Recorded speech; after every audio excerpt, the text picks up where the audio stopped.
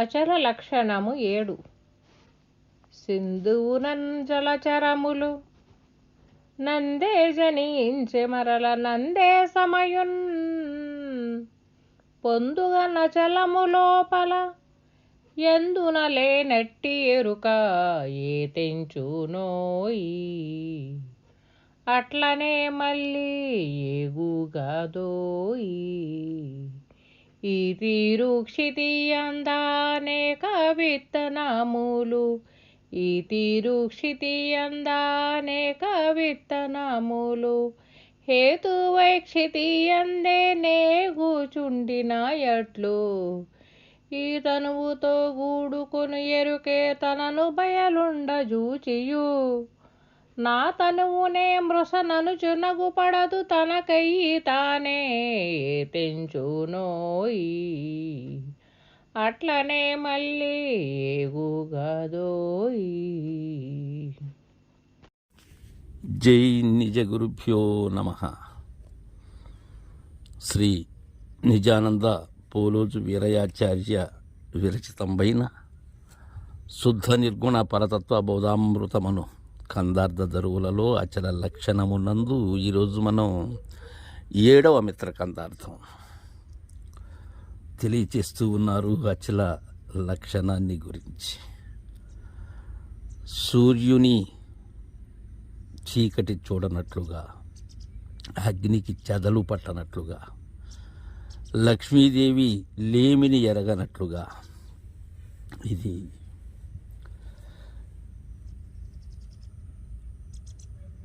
శాశ్వతమైనది ఏదైతే ఉన్నదో దానిని అశాశ్వతమైనది ఏనాడు చూడచాలదని, అశాశ్వతము శాశ్వతమును గురిగాంచినట్లయితే ఇక ఈ మాయ అనే ముసుగు తొలగిపోతుందని తెలియజేసి, శిష్య ఈ ఎరుక అనేది పరిపూర్ణములో ఎలా తోస్తూ ఉన్నది అనే విషయాన్ని నీకు తెలియజేస్తానయ్యా.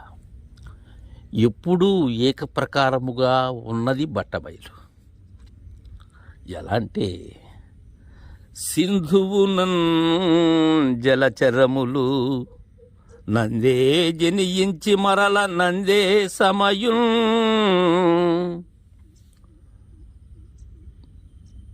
సముద్రమునందు ఎన్నో జలచరాలు, మిక్కిలి అయినటువంటి జలచరాలు, అవి వర్గీకరణకి కూడా అంతుబట్టని అనంతకోటి జలచరాలు.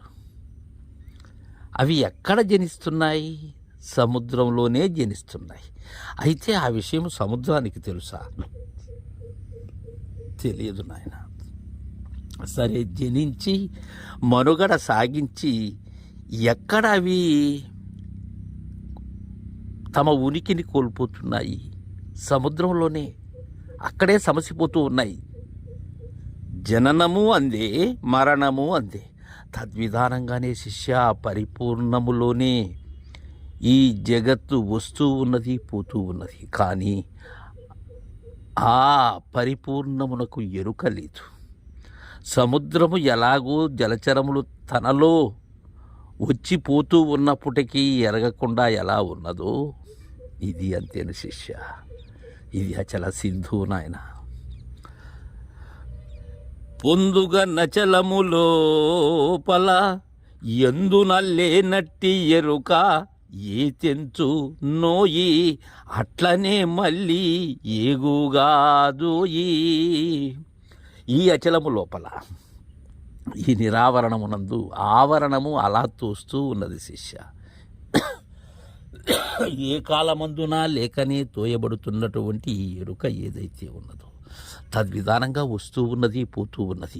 ఏంటి వస్తూ ఉన్నది, పోతూ ఉన్నది? నేను, నా దగ్గరే ఇది తెగాలి. ఇంకెక్కడో ఆలోచనతో ఈ బోధ అందటం అసాధ్యం. ఈ నేననే ముసుగు తొలగాలి. నేననే ఎరుక ఈ అచలంలో వస్తూ ఉన్నది, పోతూ ఉన్నదయ్యా. ఈ తీరు క్షితియందనేక విత్తనములు హేతువై క్షితియందే నే కూర్చుండిన ఎట్లు. ఈ భూమి మీద అనేకమైనటువంటి వృక్షజాతులు, సముద్రంలో ఎలా జలచరములో ఈ క్షితియందు ఈ ప్రకృతి దృశ్యముగా కనిపించేటువంటి ఈ జగత్ అంతా కూడా, ఈ సముదాయం అంతా కూడా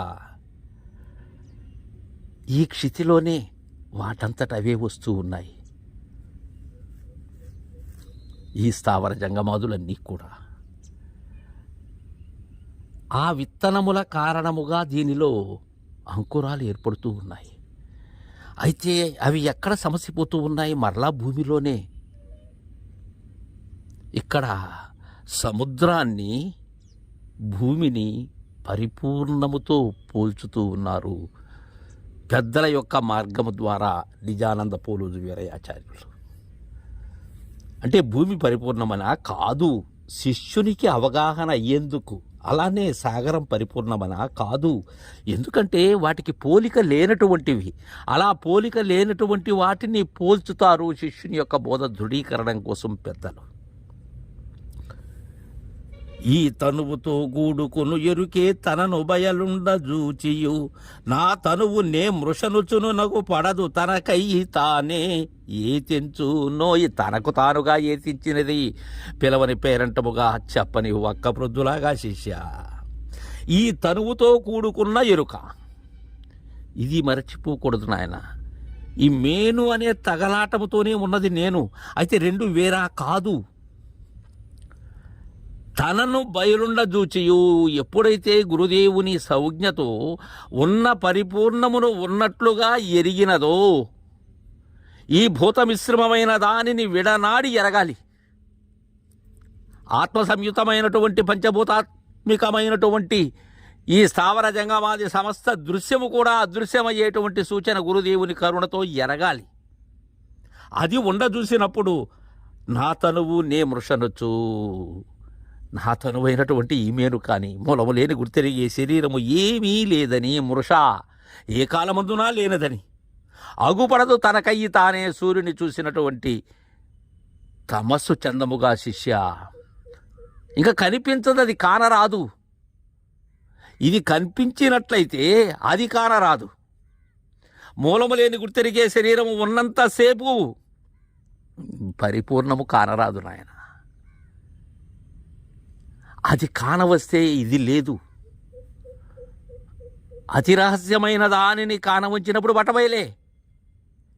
ఈ విషయాన్ని, ఈ అచల లక్షణాన్ని గుర్తెరిగినటువంటి గుర్తును రహితం చేసుకున్నటువంటి వారే గురువరేణ్యులు అని మనకు చక్కగా తెలియజేశారు. తర్వాయి మిత్రకందార్థం రేపు ముచ్చటించుకుందాం. జై గురుదేవా.